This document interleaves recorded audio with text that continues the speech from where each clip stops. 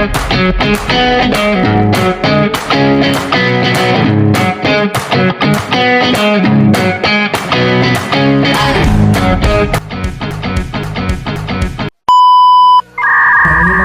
warahmatullahi wabarakatuh. Assalamualaikum. Selamat pagi Pak. Sebelumnya perkenalkan, nama saya Ramjilah Sabza, jurusan Ilmu Pemerintahan dari Fakultas Ilmu Sosial dan Ilmu Politik. Maksud kedatangan saya ke sini untuk melakukan riset terkait judul skripsi saya berjudul Implementasi Program Angkutan Bus Sekolah Gratis oleh Dinas Perhubungan tahun 2024, tinjauan dari perspektif sosiologi pemerintahan. Baik Pak, sebelumnya izin bisa perkenalkan diri Bapak dulu Pak, beserta jabatan Bapak. Ya. Bismillahirrahmanirrahim. Assalamualaikum warahmatullahi wabarakatuh. Waalaikumsalam. Alhamdulillahirrahmanirrahim. Selamat kepada Ananda Ramjilah Sabza di jurusan Ilmu Pemerintahan Universitas Riau. Semoga Allah memudahkan sampai dengan selesai ya. Dan kami sangat berbangga sekali dan semoga ini nantinya berjalan dengan baik ya. Sebelumnya ya saya perkenalkan diri, saya Yuris Dian, diamanahkan sebagai pejabat eselon 3 di bidang pengembangan dan keselamatan, tepatnya di kepala bidangnya. Kemudian kami menyambut positif apa yang akan mahasiswa akan tanyakan ya, sehingga nanti tidak hanya sekedar hanya formalitas, tetapi nanti ini akan menjadi salah satu karya yang akan menjadi sesuatu yang akan diingat sampai dengan nanti Anda akan mengabdi ke negara ini. Kebanyakan mahasiswa kan hanya sebagai bayar hutang untuk mendapatkan gelar ya. Semoga ini tidak begitu. Semoga ini betul-betul nanti akan menjadi salah satu yang akan berarti membawa mahasiswa sampai ke surga, karena menuntut ilmu itu adalah jalan menuju surga. Dan silakan, apa yang kira-kira nanti mahasiswa pertanyakan? Baik Pak, sebelumnya terkait skripsi saya ini menggunakan teori implementasi yaitu oleh William Enden dengan beberapa indikator. Ada 6 indikator, yaitu yang pertama efektivitas, yang kedua efisiensi, yang ketiga kecukupan, yang keempat perataan, yang kelima responsivitas, dan yang keenam kecepatan. Baik Pak, untuk pertanyaan pertama itu bagaimana Bapak menilai tingkat keberhasilan program angkutan bus sekolah gratis dalam mencapai tujuan utamanya, yaitu mendukung akses pendidikan bagi siswa di Kabupaten Kampar? Nah, kalau dikatakan apakah program ini keberhasilannya, tingkat keberhasilannya, kita ini kalau dibuat persentase, karena kita kan mengukur sesuatu kan dengan rancangan awal ya. Rancangan awal ini setelah itu tidak hanya melayani di satu kecamatan ya, atau ada beberapa kecamatan seperti CBD itu Central Business District ya. Jadi tingkat keberhasilan itu harus di seluruh kecamatan sebenarnya. Jadi kalau diukur dari rancangan strategis Dinas Perhubungan, targetnya itu adalah 21 kecamatan, sementara yang baru terlayani saat ini masih 4 kecamatan. Jadi 4 kecamatan itu terdiri dari Bangkinang Kota, Salo, Lampung ya, kemudian Kuok ya, itu pun kadang-kadang tidak juga sampai ke pinggiran. Jadi tingkat keberhasilan itu berarti 4/21. Nah itu sendiri. Jadi kalau kita menghitung tentu harus berdasarkan hitungan yang pasti ya, jadi tidak berdasarkan logika saja. Dan ini akan menjadi program strategis ke depan, karena tujuan kita adalah bus ini tidak hanya beroperasi di kota saja, tapi sampai ke pedesaan. Nah walaupun pedesaan itu terpencil sampai ke Kampar Kiri sana, Kampar Kiri Hulu, yang diharapkan nanti tidak tertutup kemungkinan akan pelayanannya sampai ke sana. Baik, untuk pertanyaan kedua itu Pak, bagaimana mekanisme penggunaan anggaran pada program ini Pak, agar tetap efisien tanpa mengurangi kualitas pelayanan dan keselamatan untuk para pelajar yang ada di Kabupaten Kampar Pak? Penggunaan anggaran kita itu bersumber dari beberapa sumber anggaran ya, yang selama ini masih berlaku dan sampai saat ini itu dari anggaran PBD Kabupaten Kampar. Di anggaran PBD Kabupaten Kampar ini itu sudah kita usulkan ke TAPD. TAPD ini adalah yang mereview, kemudian memfilter kebutuhan sesuai dengan visi misi daerah kita yang tertuang dalam visi misi Bupati. Di mana anggaran dari PBD Kabupaten Kampar diharapkan itu sebenarnya mencukupi, ternyata tidak mencukupi ya, karena tiap tahun kita lakukan efisiensi. Nah, kita berusaha dengan mekanisme yang kedua, yaitu dengan anggaran yang diharapkan dari dukungan dari perusahaan-perusahaan yang ada di Kabupaten Kampar. Kalau kita istilahkan namanya CSR ya. CSR itu adalah salah satu bukti bentuk kepedulian perusahaan yang berada di kecamatan untuk mendukung program ini dalam bentuk pelayanan publik, tidak mesti harus dengan uang ya, tapi dengan bentuk ketersediaan sarana transportasi. Dan ini sudah berangsur-angsur telah ada ya, seperti halnya di Kecamatan Kampar itu ada PT Tasma Puja ya. Pernah dengar ada PT Tasma Puja punya bus sendiri?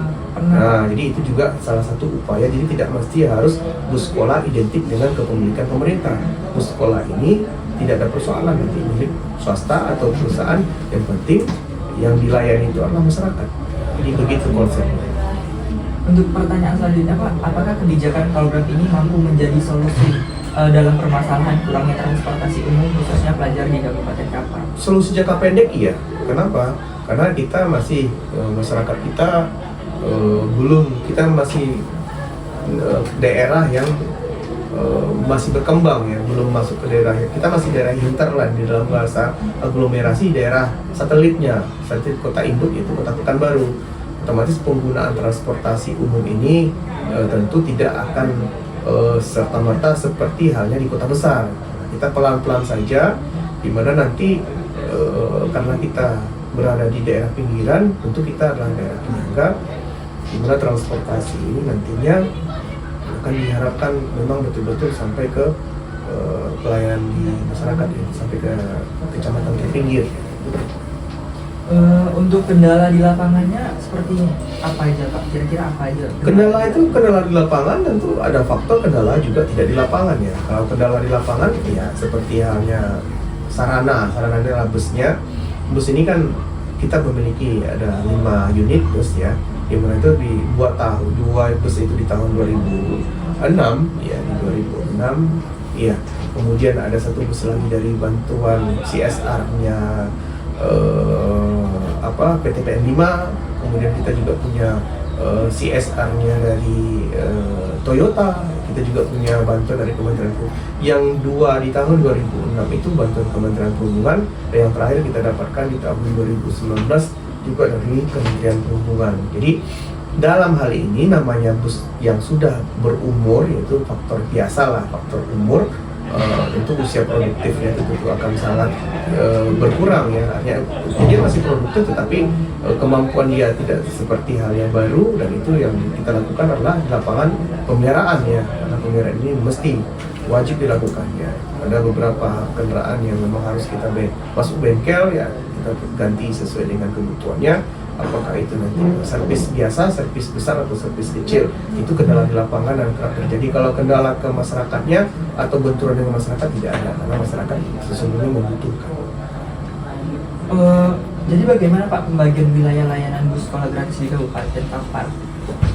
Pembagian wilayah itu kita pelan dulu ya, karena secara umum masyarakat yang membutuhkan secara real ya, secara langsung itu dari masyarakat di perkotaan ya, karena jumlah pengguna sepeda motor tertinggi ya di perkotaan, dimana tujuan kita adalah mengurangi penggunaan sepeda motor ya. Zonasi awalnya kita klasifikasikan dengan zonasi A ya. Zonasi A itu adalah zonasi di CBD, namanya Central Business District di Bangkinang. Bangkinang itu ada terbagi menjadi 3 itu ya. Ya, saya mohon maaf tadi saya klarifikasi, 4 kecamatan itu Bangkinang Kota, kemudian Tapung, kemudian Bangkinang Seberang, ya Salo ya. Nah, jadi dalam hal ini Kuok sebenarnya dulu pernah ada melayani Kuok, tapi sebenarnya terhenti ya sejak ada Covid. Jadi zonasinya A itu yang melayani. Kemudian ada zonasi B itu di daerah Kecamatan Kampar arah ke Tambang. Zonasi C-nya itu ada arah dari Kampar Kiri ya sampai ke Gemah ya, ke Gemah Kampar Kiri Hulu. Kemudian zonasi D-nya itu daerah Tapung ya, Tapung di atas ya, artinya bukan Tapung yang di bawah, bukan Petapahan, tapi di Kota Garo dengan Sinama Nenek ya. Kemudian di daerah Seranto Kampar Kiri sana yang arah ke Siak Hulu. Nah itu ada 5 zonasi. Jadi kita baru melayani di zonasi A. Kita masih banyak PR untuk hal ini. Baik Pak, berarti kan program ini sudah berjalan. Jadi bagaimana Pak jika ada keluhan ataupun sanggahan dari masyarakat mengenai mengapa Dinas Perhubungan membuat program ini dikhususkan di kota saja, sedangkan yang membutuhkan kami itu bagaimana Pak jika ada keluhan dari masyarakat seperti itu? Setiap kali kita lakukan audiensi dengan masyarakat dalam forum musrenbang kecamatan ya, kita sampaikan bahwasannya perhubungan itu sebenarnya bukan operator. Perhubungan itu adalah bagian dari pemerintah yang disebut dengan regulator. Karena di dalam unsur trias politika itu bukan dalam unsur e-governance itu ada 3 unsur. Yang pertama adalah regulator, itu pemerintah. Yang kedua adalah operator, swasta. Ketiga adalah masyarakat. Di 3 oknum itu yang ada yang ada di good governance. Jadi kalau good governance-nya ada 3. Nah, dalam hal ini perhubungan sesungguhnya bukan operator, bukan pemberi layanan, tetapi regulator yang akan memfasilitasi. Nah, karena di perusahaan yang transportasi di Kabupaten Kampar itu masih kita stigma, kita kasih dukungan moral untuk bertumbuh. Nah, walaupun itu belum dikatakan signifikan ya. Nah, ketika kita tunggu adanya perusahaan-perusahaan otobis atau perusahaan yang sudah bisa beroperasi, terus masyarakat mau kemana? Menjelang itu makanya pemerintah hadir dalam bentuk bus sekolah. Tapi kedepannya apabila perusahaan-perusahaan tersebut sudah berdiri kokoh, bus ini tidak lagi dilayani oleh Dinas Perhubungan. Ini kan plat merah ini. Karena plat merah sebenarnya definisinya itu tidak boleh lama-lama dia menjadi operator. Nah, kalau perusahaan ini gratis, ke depan yang definisi gratisnya berubah menjadi subsidi. Nanti kita bisa memberikan subsidi kepada perusahaan-perusahaan yang memberikan layanan. Tetap masyarakat merasakan gratis, tetapi perusahaan tersebut tidak gratis karena disubsidi oleh pemerintah. Hanya saja operatornya sudah beda. Kalau saat ini adalah operatornya adalah Dinas Perhubungan sendiri yang juga merangkap sebagai regulator, kedepannya nggak begitu. Jadi perusahaan itu sudah betul-betul murni melayaninya. Nah, hanya saja saat ini kita masih punya PR besar untuk memancing perusahaan untuk bisa mengoperasikan kendaraannya di Kabupaten Kampar. Jadi begitu strateginya. Kira-kira Pak, apakah program yang diimplementasikan sudah tepat untuk kondisi sosial dan budaya masyarakat di Kabupaten Kampar Pak? Karena kita ketahui kan di zaman sekarang anak-anak aja udah bisa Pak menggunakan motor dari sekolah dasar gitu Pak. Kira-kira ya, sudah tepat atau belum Pak? Ya karena sebenarnya begini, kalau ditanyakan apakah ini budaya asli kita, sebelum adanya sepeda motor, kita juga sudah dulu pernah ada angkutan pedesaan.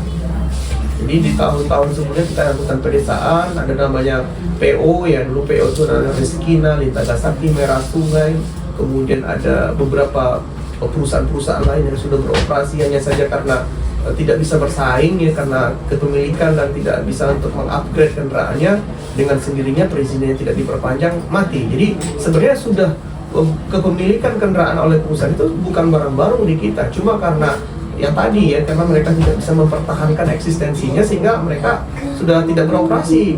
Nah, karena tidak beroperasi, masyarakat memiliki daya beli untuk membeli kendaraan sendiri, sehingga masyarakat merasakan itu sebagai solusi yang terbaik bagi mereka karena tidak memiliki lagi angkutan umum. Kalau dulu ada angkutan umum, nah zaman-zaman dulu tuh masih ada oplet ya. Nah, karena oplet sudah nggak ada lagi, angkutan pedesaan sudah tidak ada lagi ya. Kalau saya sampaikan tadi itu, kita pernah mengeluarkan izin-izinnya dulu. Ya, tahun terakhir kita keluarkan itu di tahun 2010 ya. Saya membuat izin trayek itu dengan KP ya tahun 2010. Setelah itu nggak ada lagi karena mereka tidak memperpanjang karena alasannya kendaraannya sudah tua, sehingga masyarakat tidak punya opsi lagi. Kalau dulu masih punya opsi, nah sekarang dengan adanya bus sekolah ini menjadi ada salah satu opsi. Nah, jadi masyarakat tidak mesti harus bawa sepeda motor khusus untuk di Bangkinang dulu, sehingga mereka punya alternatif. Nah, kalau dulu memang ada. Nah, seiring yang berkembang zaman ini, masyarakat sudah kembali mulai mencintai angkutan umum karena memang asalnya juga masyarakat punya angkutan umum. Iya, jadi gitu. Jadi tidak memulai dari nol. Saya kan sebagai masyarakat ya Pak.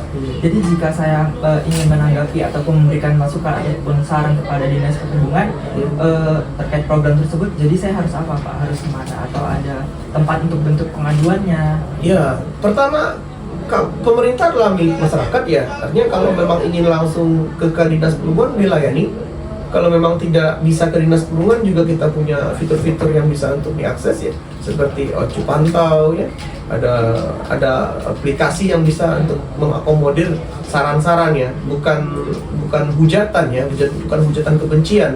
Karena hujatan kebencian itu mungkin beda lagi platformnya, mungkin ada platform yang lain.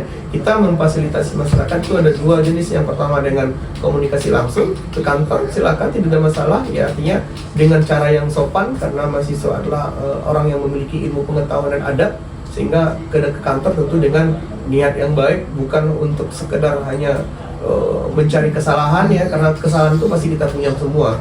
Nah, sehingga masyarakat dalam hal ini merasa betul-betul pemerintah itu bagian dari diri mereka. Nah, kemudian yang kedua dengan adanya platform tadi, bagi masyarakat yang jauh bisa menggunakan aplikasi yang telah kami rancang yang namanya Ocu Pantau yang digarap oleh Dinas Perhubungan.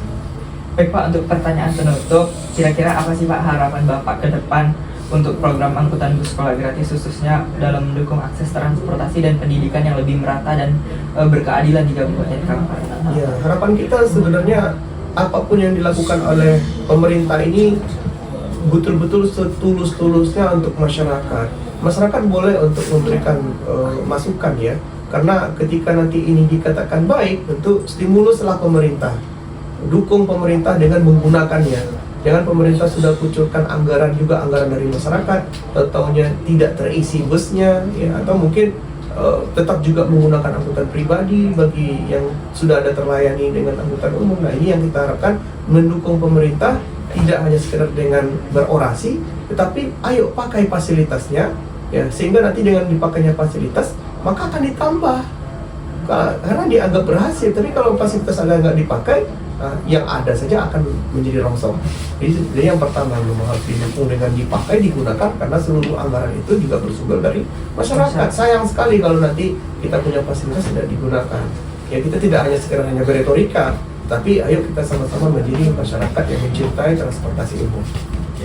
Baik, sebelumnya terima kasih banyak Pak telah meluangkan waktunya.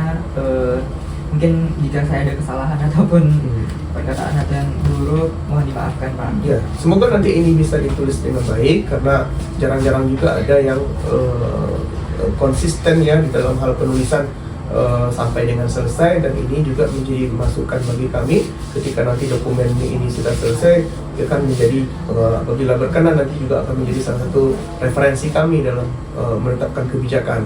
Ya, biasanya kita kan harus bersimbiosis ya. Mahasiswa itu membuat di proposalnya atau di laporan akhirnya manfaat kan. Ada manfaat untuk diri sendiri, ada manfaat untuk masyarakat, ada masyarakat untuk pemerintah, ada manfaat untuk pemerintah. Kadang-kadang dokumennya atau mungkin ini tidak sampai ke pemerintah, hanya sampai kepada mahasiswa dalam bentuk wisuda dia, atau ke masyarakat mungkin nanti menjadi bahan literatur oleh penelitian berikutnya. Betul ya, karena ini apabila ini bagus akan menjadi literatur rujukan untuk penelitian yang sejenis, apakah oleh mahasiswa yang lain dari daerah lain. Nah, ini bermanfaat.